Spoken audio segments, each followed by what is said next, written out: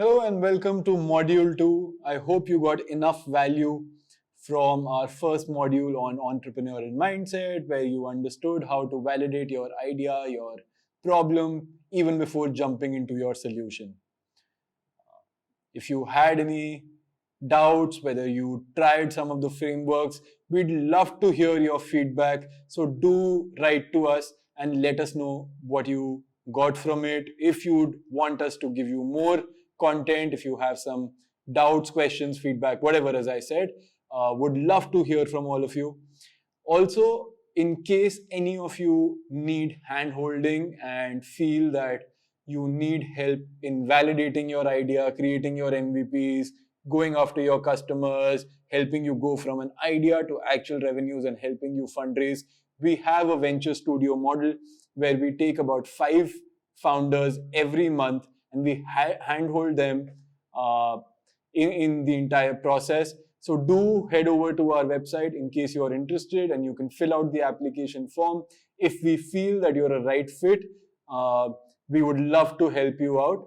And yeah, let's move to the topic for today, which is solution ideation. To give you guys a little bit of an overview, today we are going to be covering a little bit about innovation, how we innovate in today's world,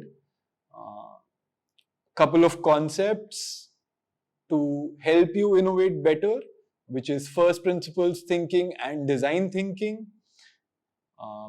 defining user personas, which is again something that will help you validate your product, your ideas better and come up with great solutions. And as always, leave you with a little bit of homework. I hope most of you finished the tasks that were assigned to you in the last module. If not, please do continue testing your hypothesis, and everything that you learn during these modules, it's not something that is step by step. It's not a linear process. Yes, it's structured in a way that you go step by step, but at any point in the process, if you feel that you want to go back, something is not working, you can always go back and then jump forward again. So I said, if you're doing something very unique, in the last module, I said, if you're doing something very unique, there could be 2 problems, right? One, you don't know how to do market research, and 2, someone's already done something and failed, which is why your solution does not exist in the market today. Having said that, who are the 1%? This is true for 99% of the people, but who are those 1% people who are actually still able to innovate, who are still able to come up with new ideas, new products? And where does that come from? I feel that comes from curiosity. As human beings, as we grow up, we lose our sense of curiosity. Go back to your childhood days. If some of you are parents, imagine your kids. As kids, we were all very curious.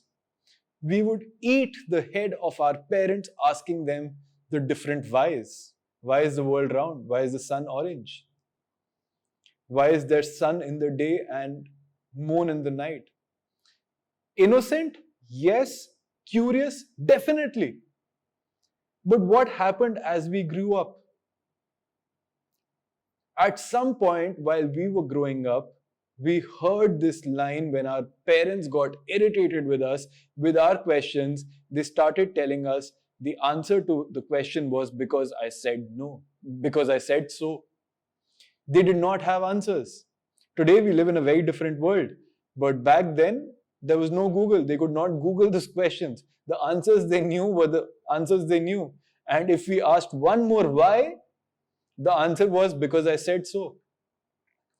And that put us in a box.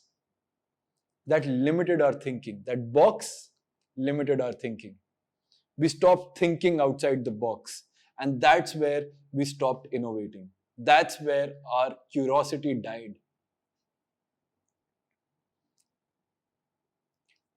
That was when we were kids.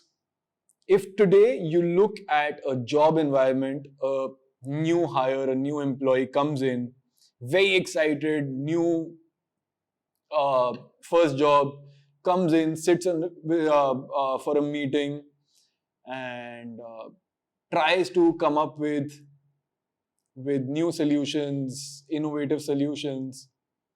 For the first couple of times, people might hear him out, him or her out. What happens after that? After that, people tell him, let's take this offline. Let's discuss this later.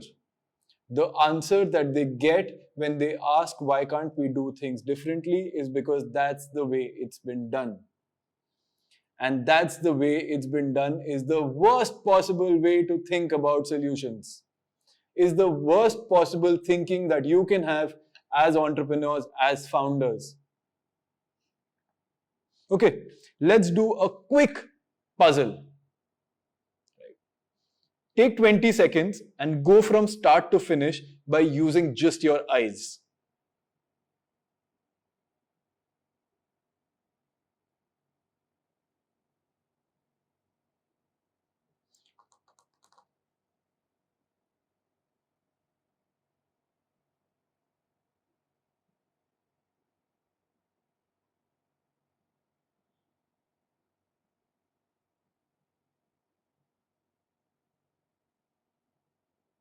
Done? Did you find a solution? I bet you did. There was one right answer over here. That's the fastest way that you could go from start to finish.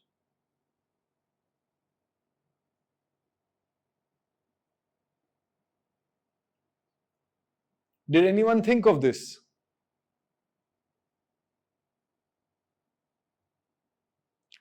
And if not, why not?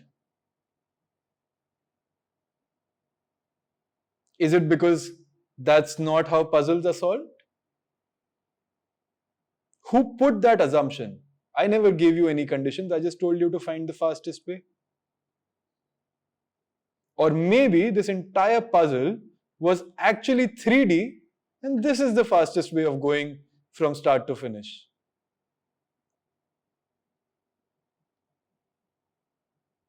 Again, it's the assumptions that kill us.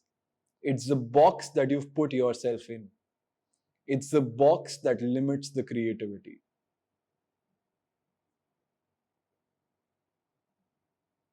It's usually the assumptions that kill us and stop us from growing the fastest. So think about any preconceptions about your life, about your business that have been holding you back.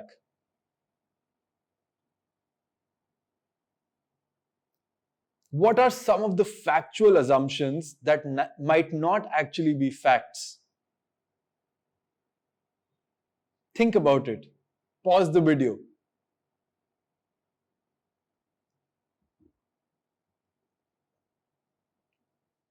Are there any language patterns that you're using to frame your solutions that lead you to assumptions that are incorrect?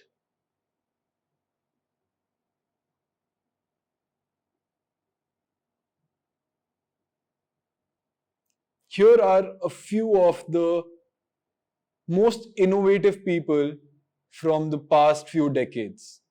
Henry Feynman, Nikola Tesla, Aristotle, Thomas Edison, and in today's time, Elon Musk. All of them innovators. All of them think creatively. All of them come up with something unique. All of them have been innovating. How do they do that? How can I be like them? Well, all of them use a same physics-based reasoning technique called the first principles technique. Yes, Elon Musk has made it quite popular now, but all the others have been using it as well. Let's understand what this means.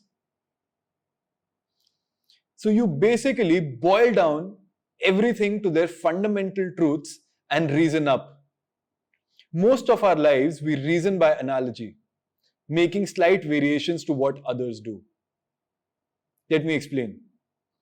Instead of going based on what is working somewhere and then slightly tweaking it, what if you challenge the fundamental truths? That's what Elon Musk does. And I'll give you examples. But let's understand what are the steps that you got to do if you want to do first principles thinking. First, you have to identify and define your current set of assumptions. Every time we have a problem, we have a lot of assumptions behind that. So the deeper that you can get into that, the more articulately that you can define your assumptions, that's step one. Now, once you have those assumptions, break down the problems into fundamental principles. The laws of physics cannot be defied. They're going to hold true always. If your assumptions, your problems are not against the laws of physics, you can bend them. You can change them, you can alter them. And it's possible. And that's what lets you create new solutions. Let me give you an example how Elon Musk does this. When he started Tesla, his goal was to make electric cars more accessible to people. He wanted to make EVs the first choice. What was the problem? EVs were very expensive. So what did Elon Musk do? He broke it down. He wanted to understand where is the price. Why is EV so expensive? Why is it not as cheap or comparable to other cars? What he realized was that most of the cost of an EV car was coming from the batteries. And at that time, the cost of 1 kilowatt was somewhere around $600 for a traditional electric battery. But if you took the cost of the components that went into the battery, it was $80. And that's exactly what Elon Musk challenged. If the fundamental cost of the raw materials is $80, why is it costing $600 for the same battery? And they reassembled the battery in a way that brought the cost down. Same components, just not doing it the way it's been done. Completely changed the way a battery was assembled. With SpaceX, Elon Musk's one of his life's mission is to make human life interplanetary. Right? For that, you have to send humans to space. The problem with that is rockets are very expensive. Right? His solution was to create reusable rockets to bring the cost down. And that's what he's been able to do. We recently saw the rockets being captured by those giant arms, I think about 5-6 months back. And that's exactly what he did with PayPal early in the days as well. Back then, email was the most efficient mode of communication for people. PayPal, what we know of today, was not exactly what it was back when it started. It was a basic payment through email feature. The idea again is go back to the fundamentals. Understand, break it down to the fundamental levels and then challenge it from there. Break down every assumption. What if is a beautiful question that you got to ask for each of the assumptions. Again, I'm quoting Elon Musk. I know a lot today, but he's one of the best innovators of our current generation. So think of it as it is important to view knowledge as a sort of a semantic tree. Semantic meaning it has multiple layers. Make sure you understand the fundamental principles, that is the trunk and the branches, before you get into the leaves, details, or there is nothing else to hang on from. When you look at a tree, you see the branches, you see the fruit first, but there has to be roots. And even before those roots, there is the soil, the environment, the atmospheric pressure for that tree to be able to sustain in that environment. If there is no atmospheric pressure, which is ideal for that particular plant tree that you want to grow, it will not grow. So it's great if you can think of all your problems like a tree with multiple layers, multiple assumptions, multiple hypotheses that you have. Break it down. If it does not defy the laws of physics, try to change it. And as I said, if you keep questioning the why, you will get to a root cause. In my experience, asking a why 5 to 7 times when you reach a roadblock, a problem statement that you're not able to solve, think about a why behind that. By asking, you ask a why, you get an answer. You ask another why, you get another answer. You ask another why behind that, you get another answer. By 5 to 7 whys, sometimes even in 2 or 3 whys, you get the root problem. But the idea for you has to be to get to a root problem.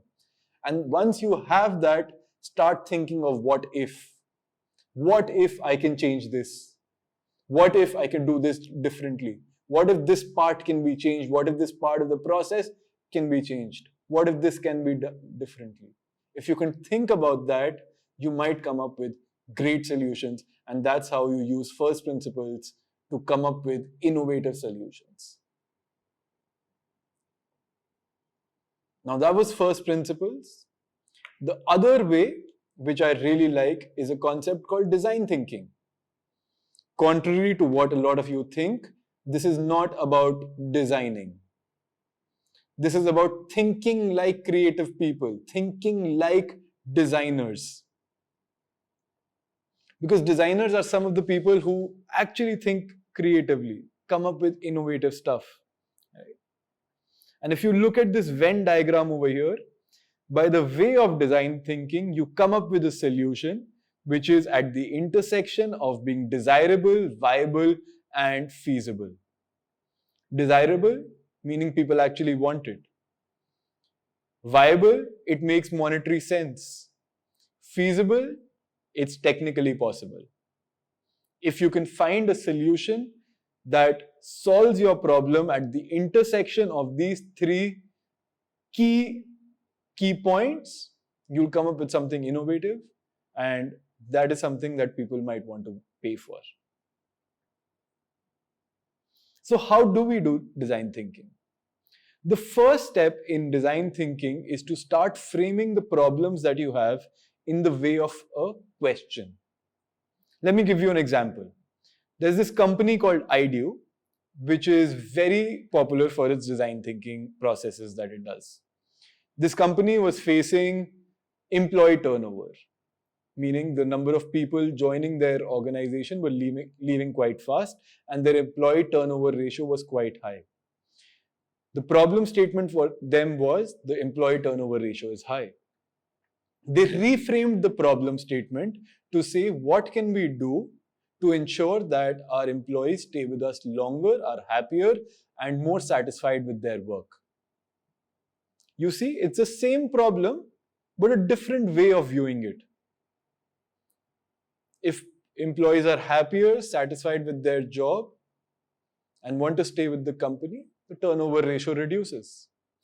So instead of putting it as a problem, it was reframed as a solution. And once you reframe the problem as a question, you're able to come up with better solutions. There are 7 stages to design thinking.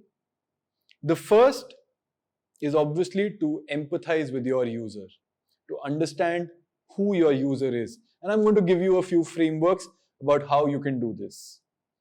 Once you understand who your user is, then you define the problem, again, in a more user-centric way, in a more question format rather than a problem format. Once you have these two, the third step is to ideate. Ideate about the problems that they're facing, the different solutions. Don't just be stuck with the solution that you have in your head. As I said, you got to be more close to the problem that they have, and then you can come up with multiple solutions.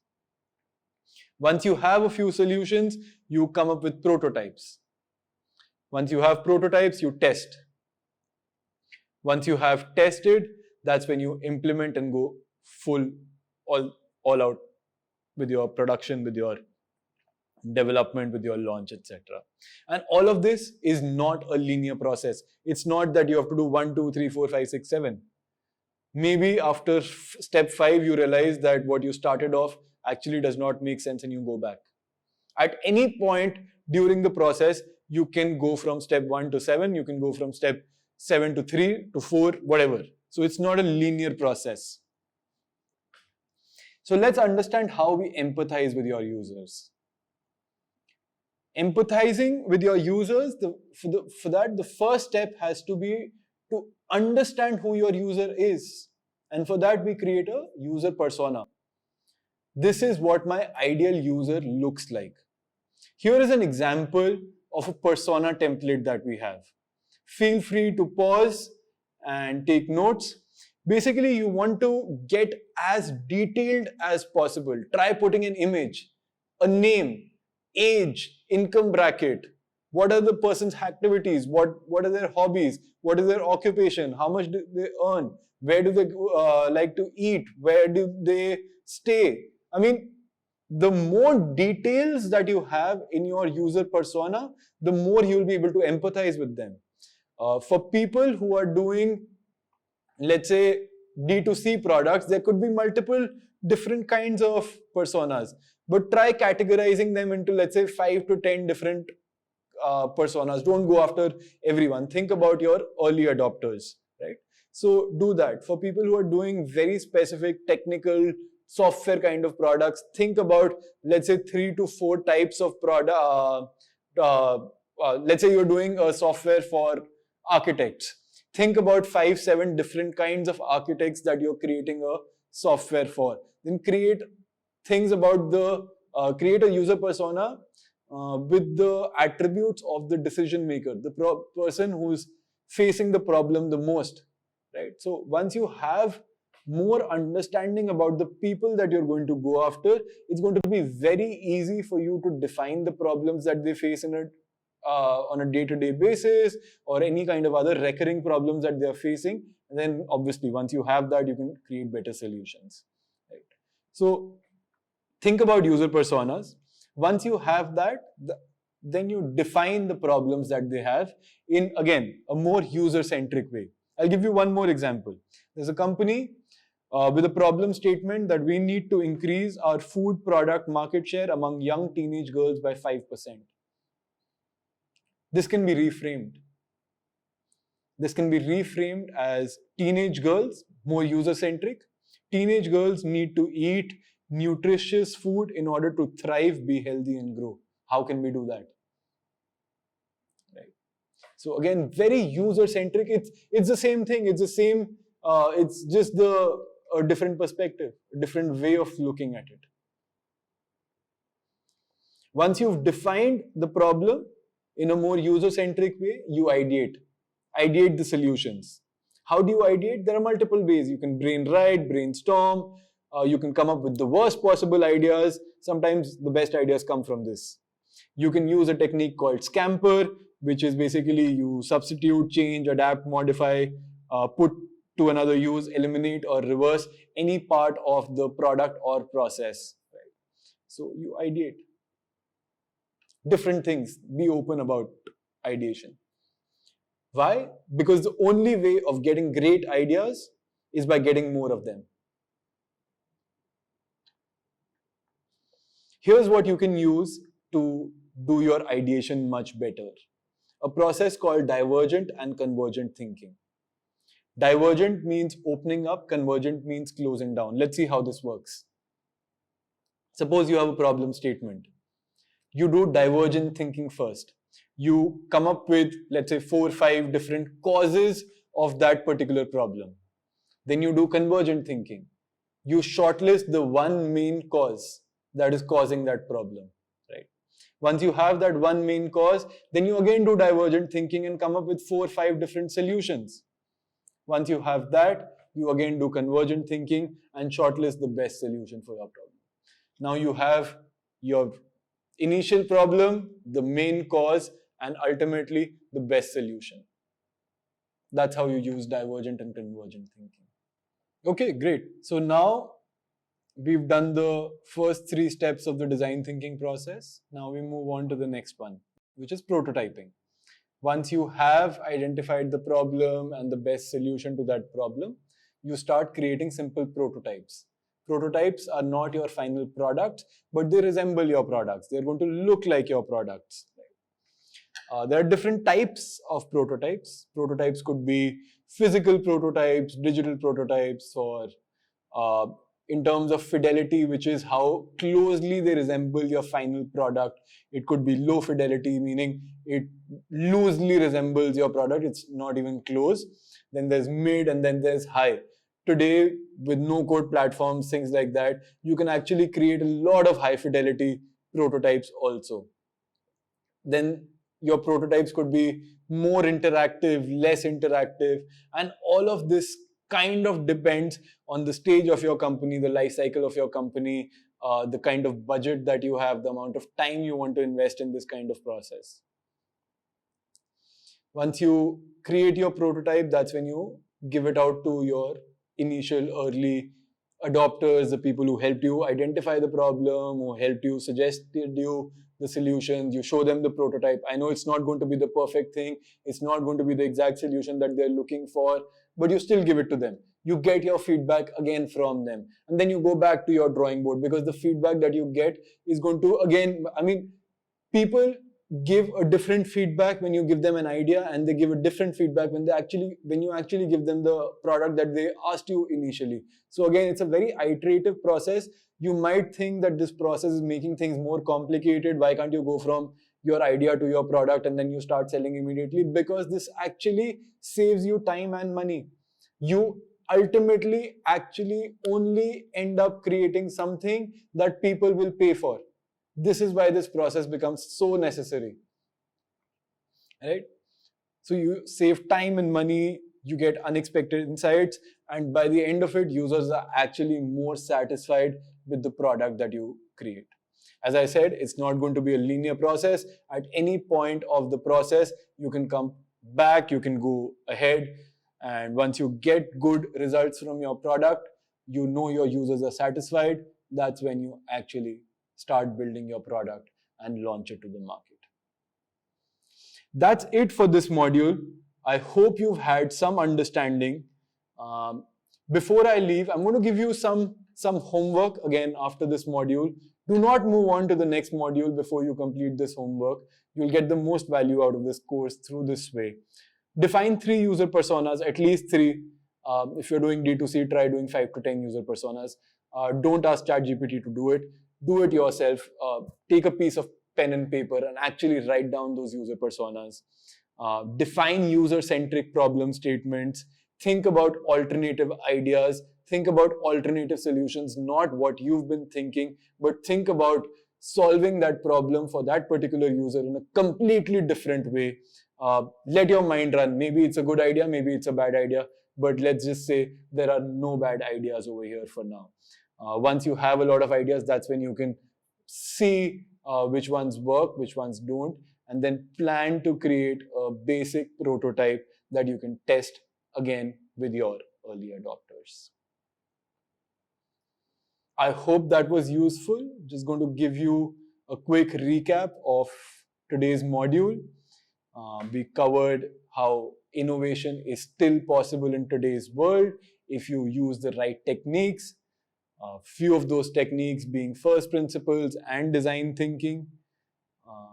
Again, you're going to be defining your user personas and coming up with prototypes. So think about the best solution for the problem that you're solving, come up with prototypes, and in the next session, we'll start working towards your MVP.